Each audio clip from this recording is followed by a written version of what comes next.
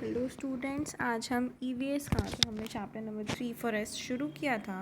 हमने समझा था कि फॉरेस्ट हमारे लिए कैसे इंपॉर्टेंट है। डिफॉरेस्टेशन के बारे में हमने पढ़ा था। अब हम उसकी जो बैक में क्वेश्चन आंसर्स गिवन है उसको कंप्लीट करते हैं। So first of all we have fill in the blanks A part. So first है forest serve as home to many types of dash. तो फॉरेस्ट क्या करता है? मेनी टाइप्स ऑफ एनिमल्स के लिए होम है, घर है। तो राइट हेयर एनिमल्स।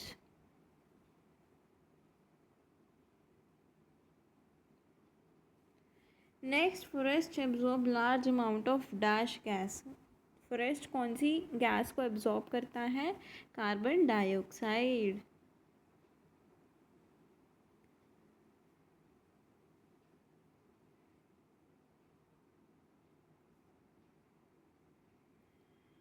डिफॉरेस्टेशन क्या करता है? रेनफॉल को डिक्रीज करता है, रिड्यूस करता है। तो रिड्यूस भी लिख सकते हैं, डिक्रीज भी लिख सकते हैं। It reduces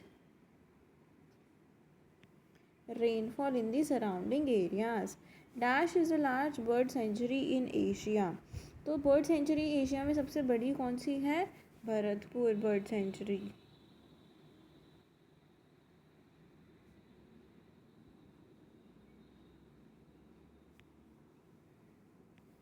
for early man forest were a source of dash and dash. तो जो पुराने ज़माने में जो लोग होते थे, ठीक है, तो जो मैंस होते थे, वो उनके लिए फॉरेस्ट कौन सा सोर्स था? फूड और शेल्टर का। तो right here food and shelter.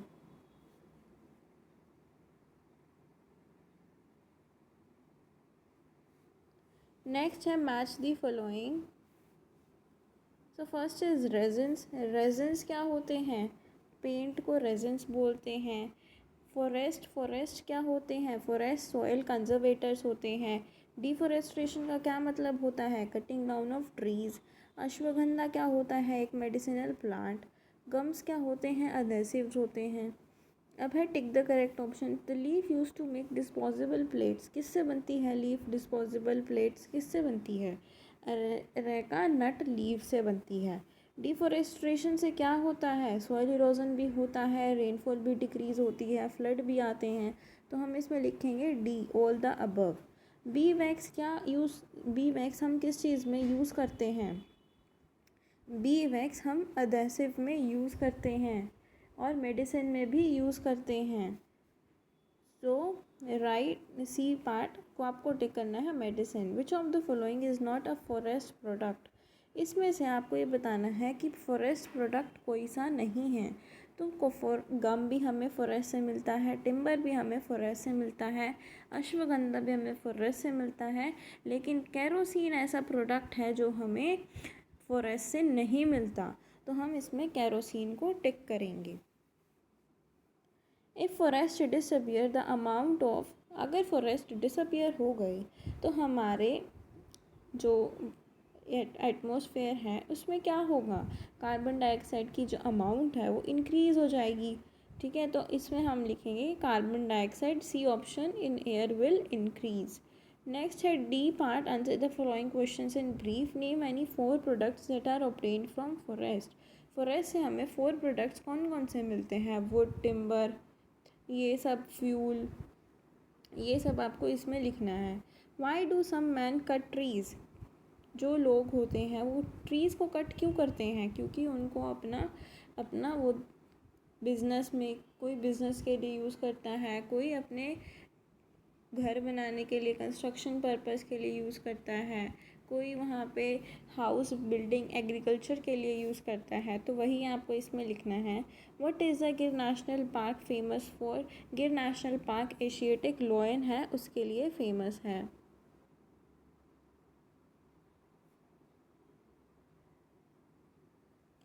Next, name two migratory birds that visit Bharatpur bird sanctuary. तो आपको 2 माइग्रेटरी बर्ड्स के नेम्स बताने हैं। So where we study it, हमने इसको स्टडी किया था।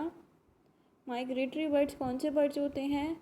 जो एक जगह से दूसरी जगह पे जाते हैं फॉर लिविंग पर्पस, क्योंकि एटमॉस्फेयर का चेंज हो जाता है तो इसलिए वो अपने हैबिटेट को चेंज करते हैं।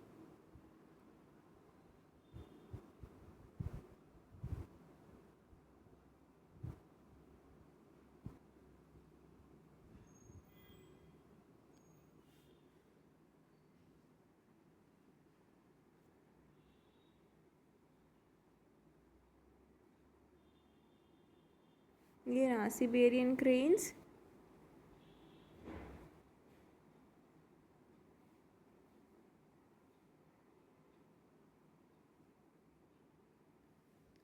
तो ये हैं Siberian cranes, herons, ibis, pelicans and painted storks. इसमें से आप कोई भी 2 बर्ड्स के नेम इस क्वेश्चन में मार्क कर सकते हो, लिख सकते हो।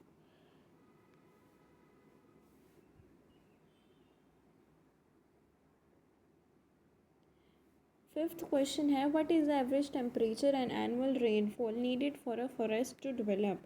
तो हमने देखा था कि जो एवरेज टेम्परेचर है वो 10 डिग्री सेल्सियस से ऊपर होना चाहिए और एवरेज रेनफॉल 200 mm होनी चाहिए।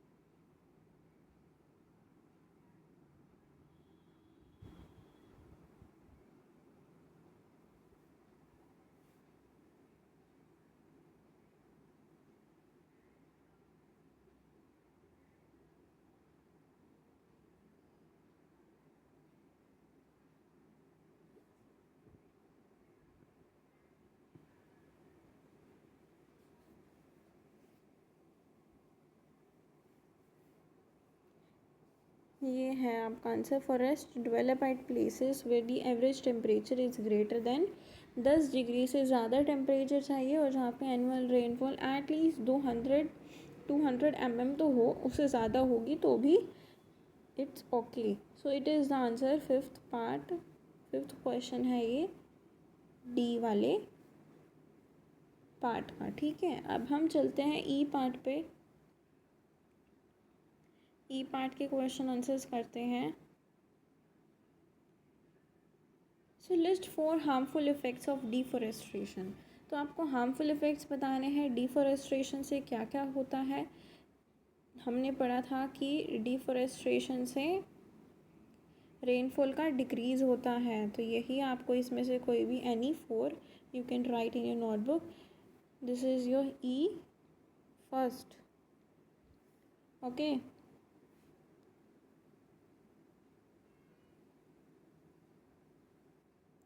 नेक्स्ट है how to forest prevent soil erosion.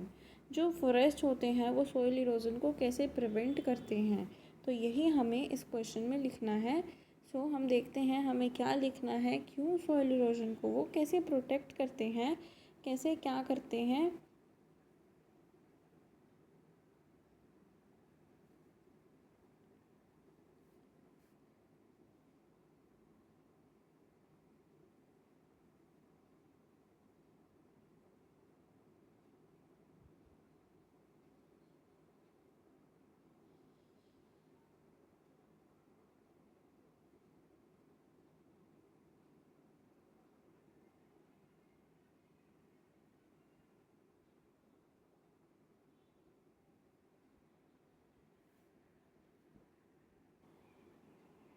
So here ये जो answer, forest prevent soil erosion कैसे प्रिवेंट करते हैं, ट्री करते हैं। Trees bind soil particles with their strong roots and this prevents soil from being washed और blown away.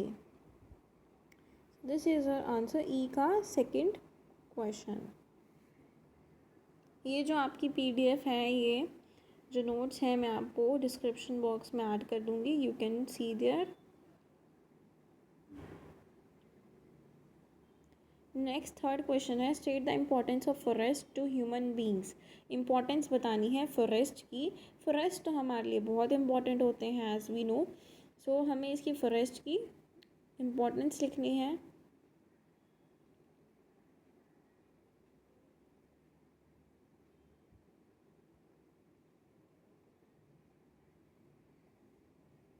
तो आप यही सब लिखोगे कि फॉरेस्ट से हमें क्या क्या एडवांटेज होते हैं, फॉरेस्ट की क्या इम्पोर्टेंस है, तो यही सब आप इसमें लिखोगे।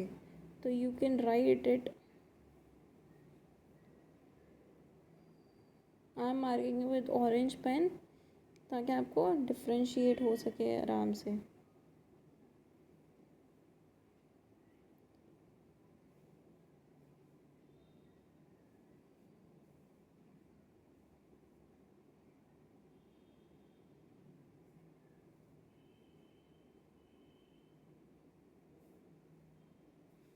ये हमने ई पार्ट का थर्ड क्वेश्चन कंप्लीट किया। उसके बाद हम चलते हैं फोर्थ क्वेश्चन की तरफ। फोर्थ क्वेश्चन क्या है हमारा?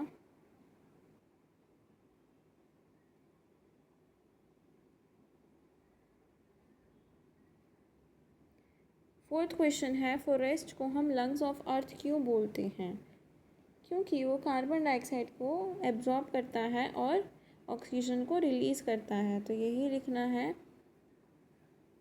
Forests are the earth air purifiers. They are often known as earth lungs, just as our lungs absorb carbon dioxide from the blood and infuse it with oxygen. तो वैसे ही green plants भी carbon dioxide को absorb करते हैं during the process of photosynthesis और in return release oxygen into the atmosphere. So E का fourth question.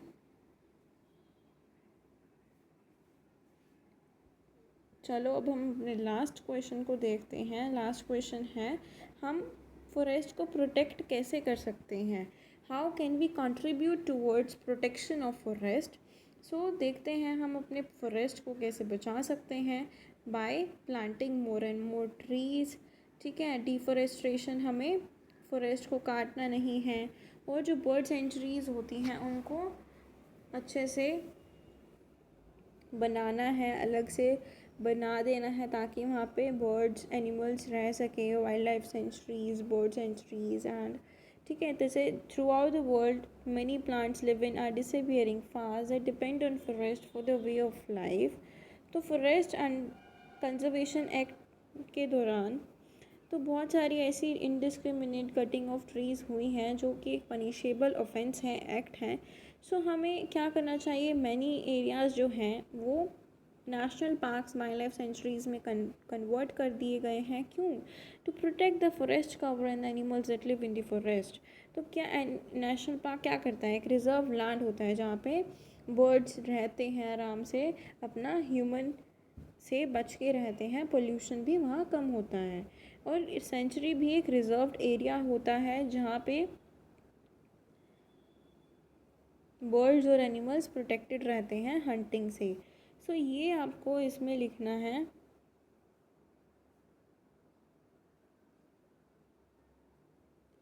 ई का fifth question.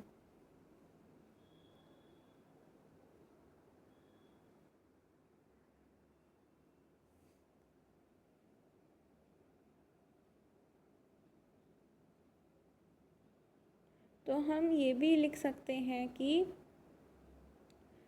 number of organizations are spreading awareness about the importance and trees through printed as well as electronic media। तो हम क्या क्या कर सकते हैं? By minimising the use of wood and wood products, by not using products that promote destruction of forest. हम ये भी लिख सकते हैं, वो भी लिख लो, आप ये भी लिख सकते हो। This is very convenient for you also. So आप ई के फिफ्थ में आप यही वाला लिखिए, वो वाला रहने दीजिए। ठीक है, ये ऊपर वाला मैं अनमार्क कर देती हूँ।